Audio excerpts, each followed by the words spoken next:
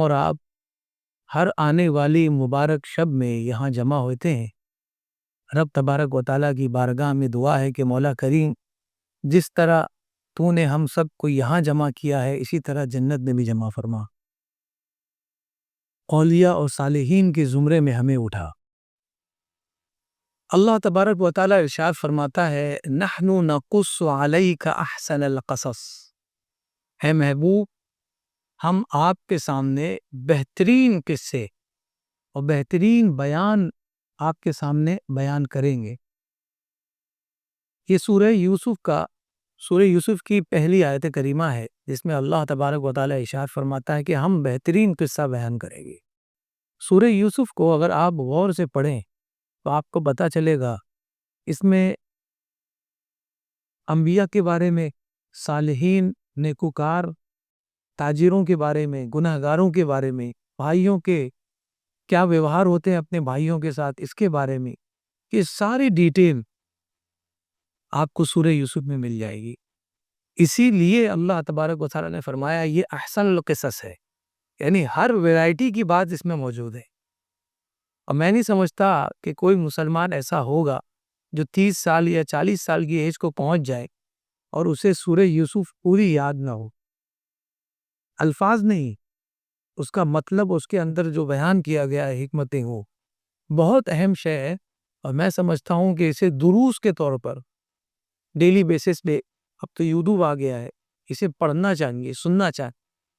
ہمارے بچپن میں ہماری مسجد میں درس ہوتا تھا تو اس میں سورہ یوسف ہی کا درس ہوتا تھا، جس سے ہم نے بہت کچھ سیکھا، اور جو حکمتیں تھی، کس طرح ڈیل کرنا ہے، یہ ساری چیزیں اس میں تھی۔ لیکن آج کی یہ سب چونکہ سیدنا شیخ عبد القادر جیلانی رضی اللہ تعالیٰ عنہ کی طرف منسوب ہے، اس لیے ہم آج جو قصے بیان کریں گے وہ سیدنا شیخ عبد القادر جیلانی رضی اللہ تعالیٰ عنہ کی طرف منسوب ہوگی۔ کیونکہ جس طرح انبیاء کے واقعات میں ہمارے لیے بہت ساری اصلاح ہے، بہت سارے سبق ہیں، اسی طرح اولیاء کی زندگی جو ہم پڑھتے ہیں، ان کی بائیوگرافی دیکھتے ہیں تو ہمیں پتہ چلتا ہے کہ زندگی کے ہر موڑ پر جس طرح انہوں نے زندگی گزاری ہے ہمارے لیے مشعل راہ ہے۔ اس لیے ہمیں چاہیے کہ جب بھی ایسا کوئی تہوار آئے، جسے ہم تہوار کہتے ہیں، بڑی رات آئے اور کسی شخصیت سے منتسب ہو، تو اس وقت ہمیں اس شخصیت کو کم از کم نہ پڑھ سکے تو یوٹیوب پر ہمیں جو معتبر علماء نظر آتے ہیں ان کی زبانی سن لیں۔ اس لیے کہ جس طرح کھانا ایک ساتھ نہیں کھایا جا سکتا، اسی طرح علم بھی ایک ساتھ نہیں حاصل کیا جا سکتا۔ اگر ایک ساتھ کھانا آپ نے کھا لیا تو ڈائجیشن آپ کا خراب ہو جائے گا۔ اسی طرح بہت سارا علم ایک ہی مرتبہ میں لینے کی کوشش کی تو پھر ہم شیطان کی لسٹ میں آ جاتے ہیں۔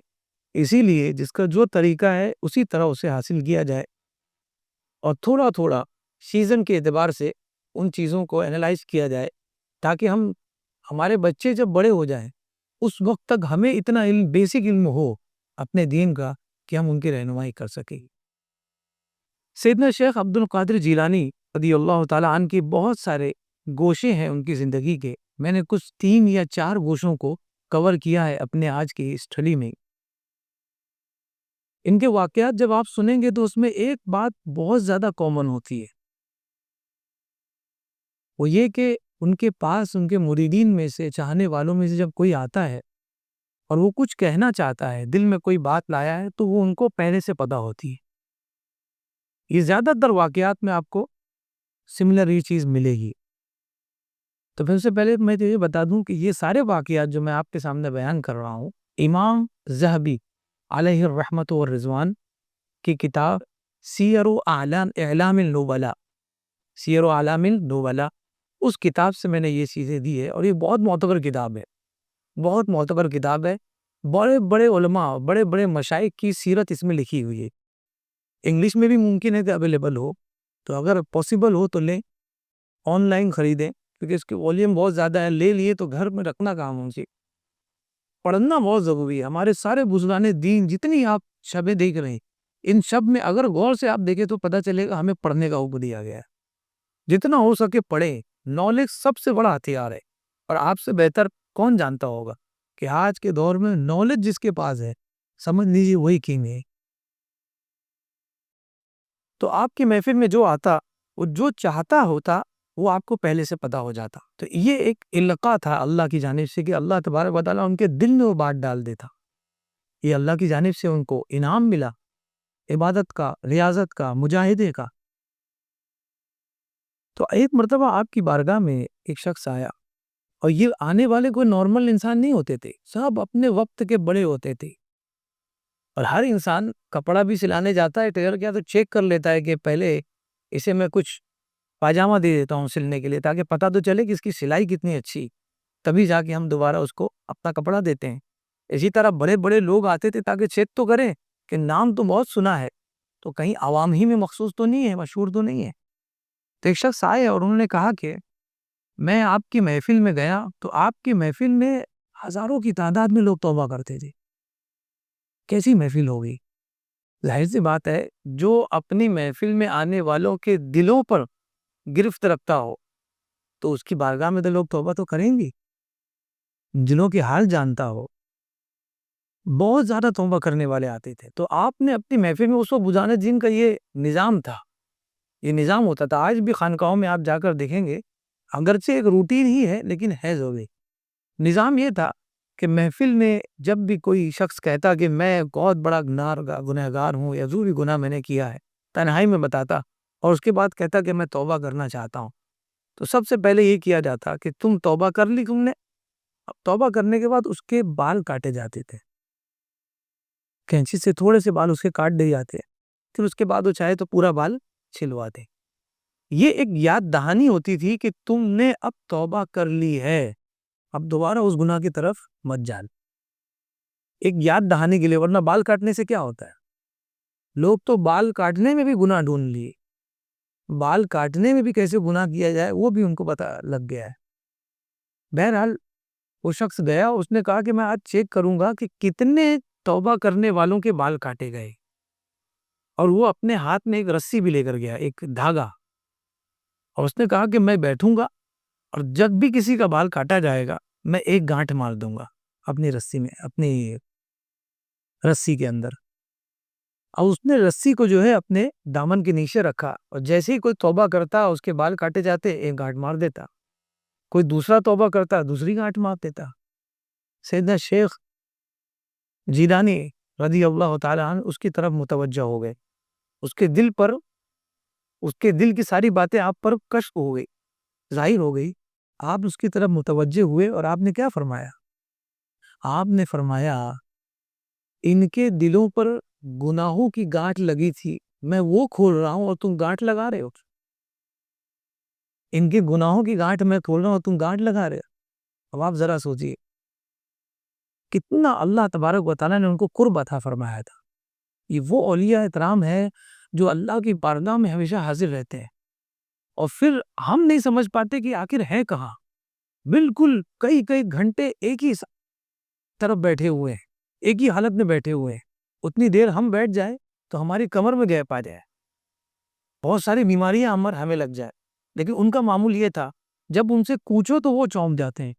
اس کی وجہ یہ تھی کہ وہ اپنے ہی حال میں ہوتے ہیں، بالکل مگن ہوتے ہیں. جیسے ہم آج موبائل ہمارے ہاتھ میں کوئی دے دے تو پھر اس کے بعد تو ریت پہ بھی بٹھا دیا جائے تو 2 گھنٹہ 3 گھنٹہ نکل جائے.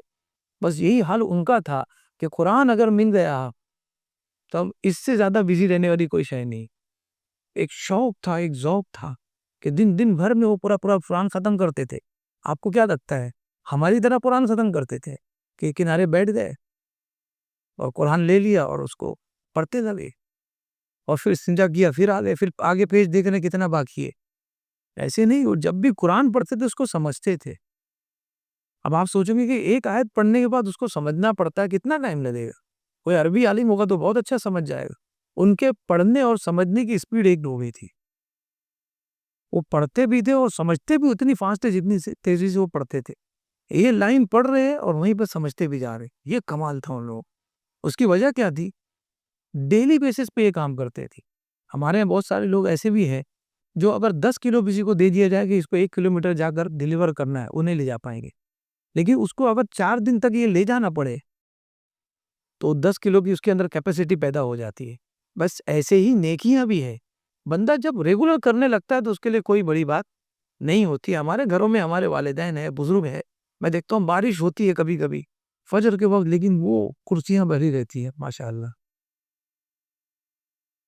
جوان بھی رہتے ہیں, بزرگ رہتے ہی ہیں, بارش ہو کچھ بھی ہو وہ برابر آ جاتے ہیں. کیسے آ جاتے ہیں؟ ان کے بچوں کو ہمیں بھی احساس ہوتا ہے کہ یار یہ کیسے آ جاتے ہیں. عادت, بندے نے عادت ڈال دی. جب عادت ہو جائے گی تو اللہ تبارک و تعالیٰ ذوق بھی عطا فرما دے, کہ صرف عادت نہیں رہ جائے عبادت, اس کے اندر ذوق بھی پیدا ہو. آپ کی بارگاہ میں ایک شخص آیا تو وہ کہتا ہے ٹھنڈی کا زمانہ تھا اور اس قدر ٹھنڈک تھی کہ سب کانپ رہے تھے.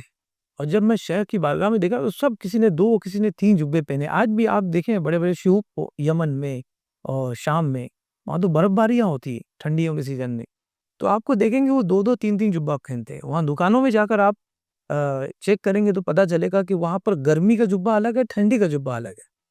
ٹھنڈی کا جبہ بہت موٹا ہوتا ہے اور گرمی کا جبہ پتلا ہوتا ہے. یہ باقاعدہ وہاں پر نظام ہے, کیونکہ اس کے بغیر انسان بیٹھ ہی نہیں سکتا.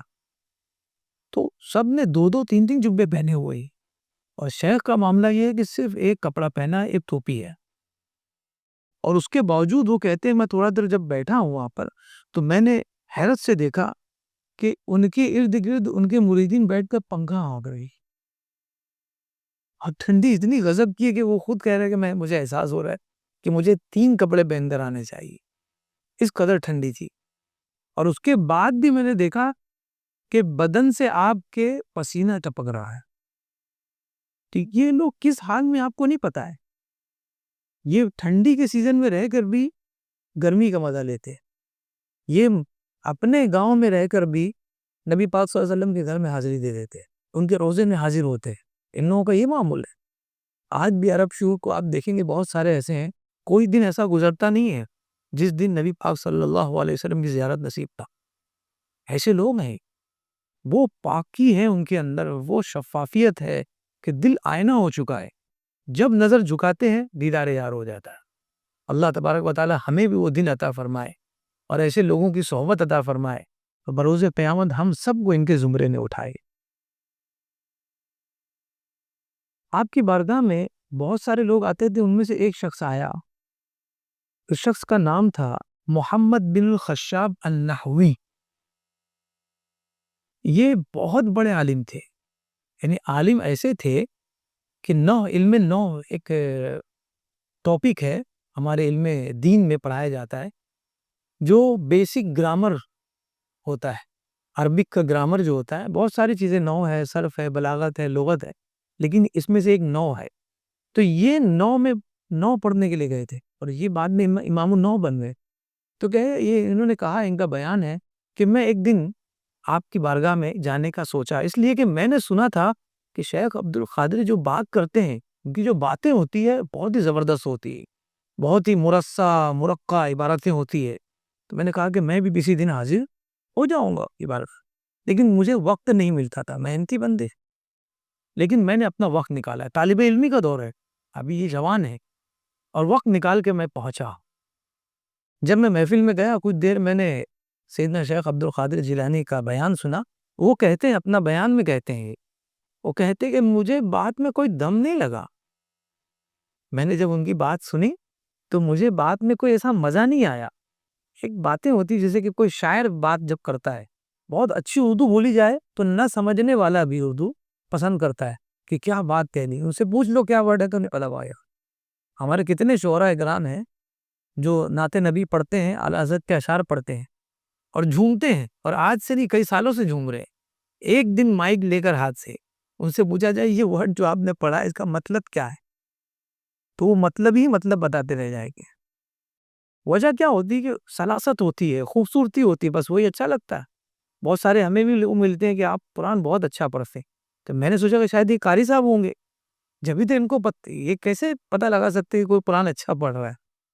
بس ایسے ہی ہے, وہ کوئی قاری نہیں ہے, تجوید کا علم نہیں ہے, لیکن خوبصورتی جو ہے نا اس کو پہچاننے کے لیے کسی اور چیز کی ضرورت نہیں ہوتی, وہ آٹومیٹکلی انسان پہچان جاتا ہے کہ یہ خوبصورت ہے. وہ جب گئے تو انہوں نے سوچا کہ ایسی ایسی زبان ہوگی, ایسی باتیں کریں گے, لیکن جب انہوں نے دیکھا کہ بات میں تو کوئی مزہ نہیں آیا, اور پھر اپنے دل میں سوچا کہ آج میں نے اپنا وقت ضائع کر دیا. کچھ کام کر لیتا، کچھ پڑھ لیتا تو میں کچھ اچھا ہو جاتا. میں یہاں محفل میں آ گیا لوگوں کے بولنے. محفل کس کی ہے؟ سیدنا ابوبکر پاک کی. اور سننے والا کیا کہہ رہا ہے کہ بات میں مزہ نہیں آئی. تو ایسا ہوتا ہے کہ آپ کے ہر خطاب کسی کو پسند آ جائے، ایسا نہیں ہو سکتا. آپ کی ہر بات آپ کے بچوں کو سمجھ میں آنے لگے، ایسا نہیں ہوتا. یہ غوث پاک کے ساتھ یہ حادثہ ہوا. آپ کون ہیں؟ ہم کون ہیں؟ تو ہمیشہ اس چیز کا خیال رکھنا چاہیے کہ جو بات ہم کہہ رہے ہیں سامنے والا ضروری نہیں کہ ہر چیز سمجھ جائے. بہرحال وہ بیٹھے رہے اور انہوں نے کہا کہ یار وقت ضائع ہو گیا. اگر میں کچھ پڑھائی لکھائی کر لیتا تو کچھ فائدہ حاصل ہوتا. علم 9 پڑھتے تھے تو 9 پڑھ لیتا، کچھ علم حاصل ہوتا. ان کے پاس بیٹھ گیا، بات میں تو کچھ دم لگ نہیں رہا ہے. غوث پاک کی میں کیا سوچ رہے. لیکن وہی اللہ تبارک و تعالیٰ نے اپنے چاہنے والے، اپنے سامنے جو حاضر ہونے والے تھے، ان کے دلوں پر آپ کو گرفت دی تھی. فوراً آپ نے بھانپ لیا کہ کیا کہہ رہا ہے، اور فوراً آپ نے اس کی طرف متوجہ ہو کر فرمایا، عجیب انسان ہو تم، ذکر الہی کی محفل پر 9 کو ترجیح دے رہے ہو. یعنی علم 9 جو ہے، تم چاہتے ہو کہ ذکر الہی کی بجائے علم 9 کی محفل میں بیٹھا جائے. عجیب انسان ہو، تم کو تو ذکر الہی میں بیٹھنا چاہیے اور تم علم 9 میں بیٹھنا چاہتے ہو. اس کے بعد انہوں نے کہا، سیدنا شیخ عبد القادر جیلانی رضی اللہ تعالیٰ عنہ نے، ہمارے ساتھ ہو جاؤ، ہماری صحبت میں بیٹھ جاؤ، ہم تمہیں سیبوئے بنا دیں گے. ہم تمہیں سیبوئے بنا دیں گے. سیبوئے کون ہے؟ علم 9 کے بہت بڑے امام ہیں. یعنی جو علم 9 ہے اس کے بہت بڑے امام ہیں. میں اس میں بہت زیادہ گہرائی میں جا نہیں سکتا، جو آپ لوگوں کی بس کی بات نہیں. جو عالم ہے، جو طالب علم ہے، وہی سمجھ سکتا ہے.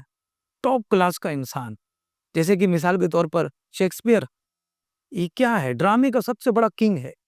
تو اب کوئی شیکسپیئر کو سمجھ جائے تو کتنی بڑی بات ہے. اب کوئی آپ سے کہے کہ تم چھوٹی چھوٹی کہانیاں لکھتے ہو، میرے پاس بیٹھ جاؤ، تمہیں شیکسپیئر بنا دوں گا. بس ایسے ہی تھا.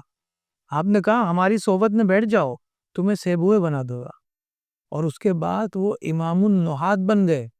امام النو، 9 کے امام. کوئی بات ہوتی تھی لوگ ان سے پوچھتے تھے. اور ان کے مطالعے کا شغف یہ تھا، میں نے ان کی بائیوگرافی بھی پڑھی تو پتہ لگا ایک وائٹ امامہ پہنتے تھے اور وہ کئی مرتبہ پہنتے تھے، اور وہ کئی مرتبہ گندا ہوتا تھا لیکن انہیں ان کی خبر نہیں ہوتی تھی. یہ علم ہوتا ہے، جب یہ سر میں سما جاتا ہے تو انسان اپنے سارے مظاہر کو بھول جاتا ہے کہ میں کس حال میں ہوں، میں نے کون سا کپڑا پہن رکھا ہے. یہ تو ہمارا معاملہ ایسا ہے کہ ہم لوگ تعلیم اور علم سے زیادہ کپڑوں پر دھیان دیتے ہیں. اور کیوں نہ دھیان دے؟ کیونکہ سننے والے باتوں سے زیادہ کپڑوں پر دھیان دیتے ہیں کہ آج حضرت نے کون سا جبہ پہنا ہے، آج حضرت کی ٹوپی کون سی ہے. تو یہ چیزیں بہت اہم ہیں کہ ہم اپنے ظاہر پر دھیان دیں، تبھی ہمارا ظاہر، اپنے باطن پر دھیان دیں تبھی ہمارا باطن سدھر سکتا ہے. کیونکہ یہ جو ہمارے امام ہیں یہ سب باطن کے امام ہیں، ظاہر کے امام نہیں ہے.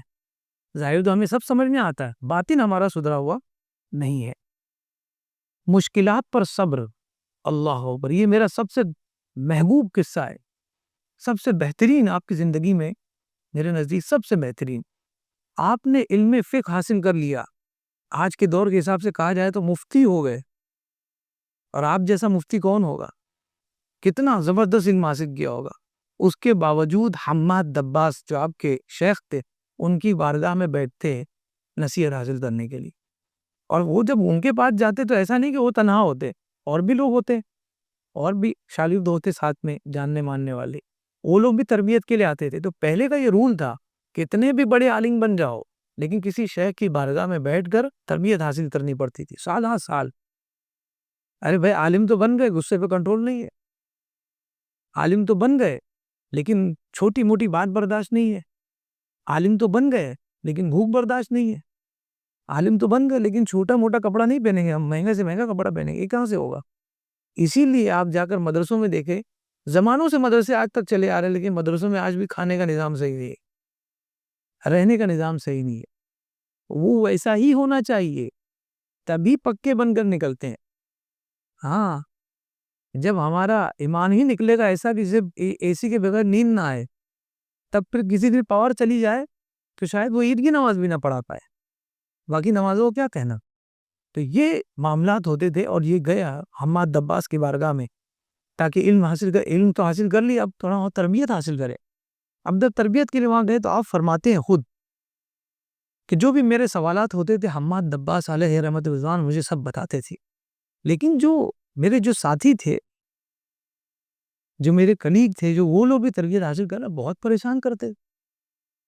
خود سیدنا شیخ فرماتے ہیں کہ مجھے بہت پریشان کرتے تھے، بلی کرتے تھے. اور جب میں آتا تو ارے فقی آ گئے، فقی صاحب آ گئے، ارے تمہارا یہاں کیا کام ہے، جاؤ فقہا کی بارگاہ میں بیٹھو، فقہا کے ساتھ بیٹھو. اس طرح مذاق اڑاتے. لیکن آپ فرماتے میں نے کبھی ان کا جواب نہیں دیا. یہ آسان نہیں ہے، بہت مشکل ہے. 40 رکعت پڑھ لینا بہت آسان، صرف پیر دکھے گا. لیکن جب کوئی آپ کی اس طرح کھلی اڑائے نا تو دل دماغ ہر چیز دکھنے لگے گی. لیکن صرف اس لیے برداشت کیا کہ یہی تو تربیت ہے. اگر یہی بپھر جاؤں غصہ دکھا دوں تو تربیت کس بات ہے. اور خود وہ فرماتے ہیں کہ ایسا نہیں تھا کہ صرف میرے دوست لوگ، میرے استاد بھی، میرے جو مربی تھے وہ بھی مجھے مارتے تھے. فقیہ ہو گئے ہیں، فقیہ ہو گئے ہیں اور ان کو مارا جا رہا. خود فرماتے ہیں شیخ کہ مجھے مارتے تھے، پریشان کرتے، تم ایسا کیوں کیا، تم نے ویسا کیوں کیا.